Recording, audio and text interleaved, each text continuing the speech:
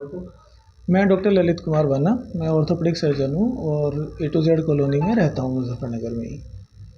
तो जी रात ये कॉलोनी में क्या पूर्व मंत्री सुरजेवाला जी, कुछ विवाद हुआ है, क्या पूरा मामला? दरअसल मंत्री जी द्वारा सड़क पे ब्रेकर बना के, होर्डिंग लगा के और पार्क ख़त्म करके उसमें पक्का निर्माण करके पार्क में से रास्ता निकाल के अतिक्रमण किया गया है। और मंत्री जी की कोठी के बराबर में जो पार्क है उसे भी उन्होंने अपने घर में लेने के लिए उस पे चारों तरफ हैज लगाई हुई है। और मंत्री जी का जो घर है उस पे कोई मकान number, plot number A to Z society का नहीं है। मंत्री जी पिछले 7-8 साल से वहाँ पे रह रहे हैं, सारी सुविधाओं का उपभोग करते हैं। उन्होंने कभी कोई मेंटेनेंस का कोई पैसा नहीं दिया था। सिर्फ 5-6 महीने पहले उन्होंने 50,000 रुपये जो RWA सोसाइटी बनी है उसमें उनके एक चहेते सदस्य ने पर्ची काटी थी और उस पर लिखा था कोठी नंबर 1। जबकि कोठी नंबर 1 जैसा कोई भी वहाँ पे MDA द्वारा या कॉलोनाइज़र द्वारा कोई भी अलॉटमेंट नहीं है।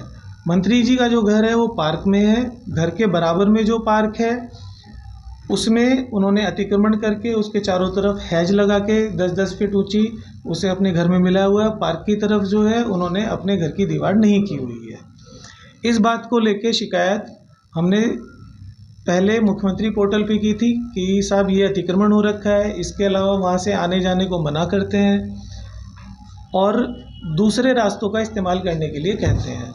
शाम को वहाँ पे 10-12-15 लोग बैठ जाते हैं, ना अपने घर के पास बैठे होते हैं ना पार्क में बैठे होते हैं, वो रास्ते पे बैठते हैं, जिससे वहाँ पे निकलने वाली महिलाओं, बुजुर्गों और बच्चों को भी दिक्कत होती है और एक हेजिटेशन रहती है।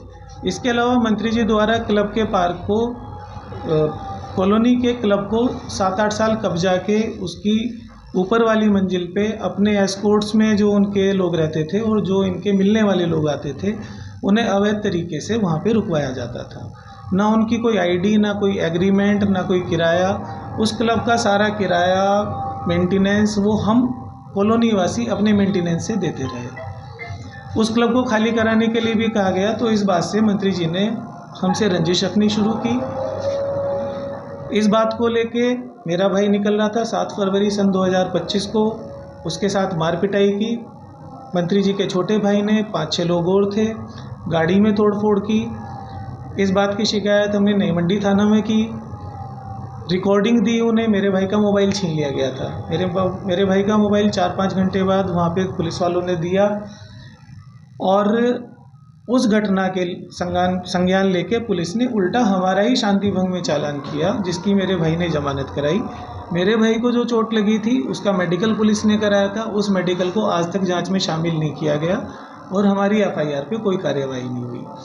इसके विरोध में हमने दोबारा से वो मुख्यमंत्री पोर्टल पर डाला और उसकी जांच अब अभी भी चल रही है। MDA में जो अतिक्रमण के लिए शिकायत डाला था उसमें MDA ने लोकसभा चुनाव से पूर्व ये नोटिस दिया था कि ये इस समय पुलिस बल की व्यवस्था उपलब्ध नहीं है, चुनाव में लगे हुए हैं, चुनाव बाद इनका अतिक्रमण हटा दिया जाएगा। परंतु वो अतिक्रमण आज तक नहीं हटाया गया। बाद में MDA के JE साहब ने कहा कि हमें वहाँ पे कोई भी पक्का निर्माण पार्क में नहीं मिला।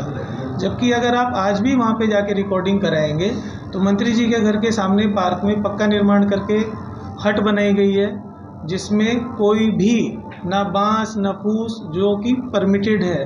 वहाँ पे पक्का निर्माण है, वहाँ पे पंखे हैं, लाइट है, घर के बराबर में पक्का निर्माण करके जनरेटर रखा हुआ है। कॉलोनी की जो मास्क लाइट होती है वो उठा के अपनी होर्डिंग पे लगा ली गई है। बड़े बड़े होर्डिंग लगाए हुए हैं, ना उसका किराया आता है, कॉलोनी को देते हैं और उसमें कॉलोनी वासी को भयभीत करने के लिए उस पर जो भाषा लिखी होती है वो भी बड़ी आपत्तिजनक होती है कि सरकार संजीव बालियान। आज की तारीख में ना सरकार का हिस्सा है, ना शासन का हिस्सा है, ना प्रशासन का हिस्सा है। बड़े बड़े लगाए जाते हैं वहाँ पे होर्डिंग जो 10 दिन में बदल दिए जाते हैं। पूरी कॉलोनी इनके होर्डिंग से पटी रहती है, कॉलोनी की सुंदरता खराब होती है। कॉलोनी में एक वर्कशॉप है जिसमें कि बिजली चोरी करके आज भी वहाँ पे होर्डिंग बनाए जा रहे हैं। उस वर्कशॉप में बिजली का कोई कनेक्शन नहीं है, दिखाने के लिए एक जनरेटर रखा हुआ है। रात ऐसा क्या हुआ कि रात मेरा भाई गांधी कॉलोनी में मेरी बहन के यहाँ से वापस आ रहा था। 10:30 बजे की घटना है। ना मंत्री जी के घर के सामने था, मंत्री जी के घर के सामने सड़क, उसके बराबर में पार्क, उसके बराबर में दूसरी सड़क। उस सड़क पे उसका फ़ोन आया, वो गाड़ी रोक के फ़ोन सुन रहा था। इस बीच में मंत्री जी के घर से 2 लोग डंडा लेके आए। ये दोनों लोग मंत्री जी की सिक्योरिटी में एस्कॉर्ट्स में रहते हैं, चूँकि उन्हें हम शक्ल से पहचानते हैं। नाम हमें नहीं मालूम है। उस समय सादी वर्दी में थे। उन्होंने पहले गाली दी, गाली देने के बाद में गाड़ी पे डंडा मारा। मेरी गाड़ी पिचकी हुई है, उसकी भी फ़ोटो मैं आपको दे दूँगा। उसके बाद में मेरे भाई के हाथ पे डंडा मारा और उसके हाथ की हड्डी तोड़ दी। उसके हाथ पे नील है, पेट पे नील है, जांघ पे नील है और हाथ की हड्डी टूटी हुई है। हमने सही 10:30 बजे घटना के तुरंत बाद 112 पे फ़ोन करके पुलिस को बुलाया। पुलिस वहाँ पे आई। हमने पुलिस से अनुरोध किया कि आप इसमें सीसीटीवी निकलवा लें, चूँकि मंत्री जी के ही घर में वो हमलावर भाग के गए हैं। परंतु वहाँ पे जो पुलिस के लोग आए, उन्होंने कहा साहब हम इसमें अंदर नहीं जा पाएंगे, हम बाद में जाएंगे। हमने कहा दूसरी उससे निकलवा लीजिए पड़ोस से, तो उन्होंने उसमें अपनी असमर्थता दी और बल्कि उल्टा हमें ये कहा कि आप ही निकलवा लीजिएगा। इस पे मेरी आपत्ति ये थी कि आप अपराधियों को साक्ष्य मिटाने के लिए पर्याप्त समय दे रहे हैं और ये अच्छी बात नहीं है। रात आपने प्रोटेस्ट भी किया? रात हमने प्रोटेस्ट किया जब पुलिस वाले हमारी एफआईआर लिखने के लिए तैयार नहीं थे। जब पुलिस वालों ने ये कहा कि हम सीसीटीवी रिकॉर्डिंग नहीं लगाएंगे, तो मैं कॉलोनी वासी वहाँ पे 8-10 लोग, जिनमें मेरी लेन के डॉक्टर अनुज माहेश्वरी, बराबर में आत्रे जी, उनका बेटा, उनकी पत्नी, मैं, मेरे पिताजी, मेरा भाई, मेरे पड़ोस में रहने वाले डॉक्टर सीमा राणा, उनके हस्बैंड डॉक्टर सुमेर सिंह तोमर और हमारी आरडब्ल्यू के अध्यक्ष लवी मित्तल जी और 1-2 महानुभाव और भी थे। इसके अलावा मेरे साथ में जो मेरे शुभचिंतक थे, जिन्हें पता चला कि मेरे साथ में इस तरह की घटना हुई है, वो भी वहाँ पे आए और हम सब लोग धरने पे बैठ गए कि कप्तान साहब या तो किसी व्यक्ति को नामित करके यहाँ भेजें जो सीसीटीवी की साथ के साथ रिकॉर्डिंग निकलवाए। क्योंकि जो पिछली घटना हुई थी उसमें भी मंत्री जी का ये कहना था कि मेरे घर की सीसीटीवी खराब हो गई है। मंत्री जी की एस्कॉर्ट जो गृह मंत्रालय ने दी हुई है, अगर वो ये कहती है कि मंत्री जी की सीसीटीवी खराब हो गई थी, तो फिर वो क्या सुरक्षा करेगी? अगर वो मंत्री जी की सीसीटीवी की सुरक्षा नहीं कर पा रही है और देख पा रही है, तो जानबूझ के साक्ष्यों से छेड़छाड़ पिछली बार भी की गई थी। यही डर हमें अब था। तो उनके द्वारा प्रेस वार्ता की गई है, उन्होंने एक नक्शा पेश किया है, मुझे दिया है कि मेरे मकान का जो नक्शा है वो वैध है, मेरे ऊपर जो एलिगेशन लगाए गए हैं वो पूरी तरह से निराधार। जो डॉक्टर विवेक बालियान जी ने नक्शा दिया है वो उनके मकान का नक्शा है। A to Z कॉलोनी का नक्शा ना तो आज तक RWA ने दिया है, ना MDA ने दिया है, ना डॉक्टर विवेक बालियान या डॉक्टर संजीव बालियान ने दिया है, जिससे कि ये स्थिति क्लियर हो पाए कि इस कॉलोनी में कहाँ पार्क है, कहाँ घर है। तो जो मंत्री जी ने आज मंत्री जी के छोटे भाई ने जो नक्शा दिया, वो उनके घर का स्वीकृत नक्शा है। घर का स्वीकृत नक्शा है कि वो कहाँ टॉयलेट बनाएंगे, कहाँ घर बनाएंगे, कहाँ पोर्च बनाएंगे, कहाँ पार्किंग बनाएंगे। तो ये MDA द्वारा A to Z कॉलोनी का स्वीकृत नक्शा नहीं है। मेरा निवेदन है, RWA से भी मेरा निवेदन है, और ये बात RWA ने भी स्वीकार की, जो उन्होंने प्रेस कॉन्फ्रेंस में कहा कि हमारे पास में MDA द्वारा approved A to Z colony का नक्शा नहीं है। ये अध्यक्ष जी का कहना था और हमें ऐसा लगता है कि शायद अतिक्रमण नहीं है। अगर आपके पास में नक्शा नहीं है तो ना तो आप ये कह सकते हैं कि अतिक्रमण है, या ना ये कह सकते हैं कि अतिक्रमण नहीं है। अध्यक्ष जी को भी सुबह डॉक्टर साहब ने फ़ोन करके कहा कि मैं, डॉक्टर संजीव बालियान ने, कि मैं प्रेस वार्ता कर रहा हूँ और कैसे आपको संभालना है ये आप जाने। RWA अध्यक्ष ने एक बार भी, RWA सचिव ने, जो कि इनके आदमी है डागर साहब, उन्होंने एक बार भी ये नहीं कहा कि ये मकान स्वीकृत है, RWA के पास A to Z कॉलोनी का नक्शा है और ये पास है।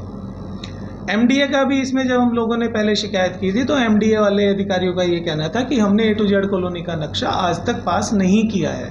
तो अगर A to Z colony Muzaffarnagar की सबसे पहले बनने वाली प्लांट कॉलोनी थी और उसका नक्शा आज तक पास नहीं है, तो MDA ने बिल्डर के अगेंस्ट कोई कार्रवाई आज तक क्यों नहीं की, या MDA को A to Z कॉलोनी का स्वीकृत नक्शा पटल पे देने में, RWA के पटल पे देने में, मीडिया को देने में या शिकायतकर्ता को देने में आपत्ति क्यों है, ये आज तक हमें नहीं मिला है। ये भी बात सामने आई है कि वहाँ पे जो लोग धरना दे रहे थे आपके प्रशासन थे, तो वो लोग सारे अधिकांश लोग बाहर के थे और उसमें कुछ डॉक्टर्स भी थे। घटना चूँकि 10:30 बजे की है रात की, पुलिस वहाँ पे लगभग 11:45 बजे तक आई। इस बीच में जब पुलिस वालों ने आनाकानी की वहाँ पे कि साहब हम CCTV रिकॉर्डिंग नहीं निकाल पाएंगे, तो मेरे जो मेडिकल कॉलेज से जो मेरे साथी हैं वो मेरे शुभचिंता में वहाँ पे आए और उन्होंने वहाँ पे किसी तरह की कोई तोड़फोड़, कोई बदतमीजी नहीं की। कॉलोनी में रहने वाले लोगों के नाम जितनों के मैं जानता हूँ वो वहाँ पे थे और उनके फ़ोन में आज भी डॉक्टर तोमर के फ़ोन पे मंत्री जी ने फ़ोन किया कि साहब मेरी बैठ के बात करा दीजिए, ये करा दीजिए, वो करा दीजिए। अब वो इस चीज़ को लीपापोती में लग गए। इसमें सीधा सीधा बात है, अगर मंत्री, देखिए 2 इसमें अपराध हैं। एक क्रिमिनल टेंडेंसी का है जिसमें मार पिटाई हुई, उसे कोई मना नहीं कर सकता। मेरे भाई के साथ मार पिटाई हुई, उसकी चोटें हैं, मेडिकल रिपोर्ट है, पुलिस को उसने बुलाया है। हम चाहते हैं इसमें कानूनी कार्यवाही हो। दूसरा जो हमारा आरोप है वो सिविल प्रकृति का है और उसमें एक आपराधिक प्रवृत्ति का भी जुड़ा हुआ है कि रास्ता रोक के रखते हैं, लोगों को जाने से मना करते हैं। कॉलोनी के ज़्यादातर लोगों को परेशानी इसलिए नहीं है क्योंकि मेरा फेज़ 4 आता है जो कि कॉलोनी के एक हिस्से में आता है, तो फेज़ 4 की 5 गलियां हैं, उनके लोगों को परेशानी है। उनमें से 10 लोग 12 लोग रात भी वहाँ पे थे 3-4 बजे तक। बाकी फेज़ के लोगों को इतनी परेशानी नहीं है क्योंकि उनका रास्ता दूसरा पड़ जाता है। दूसरे वहाँ पे आवाज़ उठाने के लिए 2 चीज़ें होनी चाहिए कि वो उतना पीड़ित हो और वो इनकी दबंगई से ना डरता हो। सभ्य लोग हैं ज़्यादातर रहने वाले, लेकिन सभ्यता का एक नुकसान है कि हम लोग कई बार सही बात नहीं कह पाते डर की वजह से। संजीव बालियान जी भी वहाँ पे थे और जब हम लोगों ने वहाँ पे धरना देने की बात कही, वो उतर के आए हमारे द्वारा ये कहने पे कि साहब ये गलत हो रहा है, तो उन्होंने कहा सुबह आके बात करना और मेरी नींद में खलल मत डालो। इस बात पे हम वहाँ उनके गेट के धरने पे बैठ गए थे। जब धरने पे बैठे तो उन्होंने वहाँ की सारी लाइटें बंद करा दी जो कि सार्वजनिक लाइटें हैं, जो कि इनके घर से लाइट नहीं है, ताकि हम लोग वहाँ अंधेरे में बैठे, वहाँ कोई रिकॉर्डिंग ना हो सके। अच्छा, कुछ लोग जो आपके समर्थन में बैठे थे, आपके प्रोफेशन जुड़े हुए लोग, सर, मेडिकल कॉलेज के लोग, सर, ऐसी जानकारी मिली कि कुछ लोगों को वहाँ से रेस्ट्रिकेट कर दिया गया, हटा दिया गया? हाँ, मुझे भी अभी ऐसी जानकारी मिली है, हालांकि कंफर्म नहीं है, रेस्ट्रिकेशन तो नहीं हुआ है। उनमें कुछ लोगों को नोटिस मिला है कि साहब आप इतने दिन के नोटिस है या उतने दिन का नोटिस है। मुझे ज़्यादा जानकारी सुनने में मुझे ये बात आई है।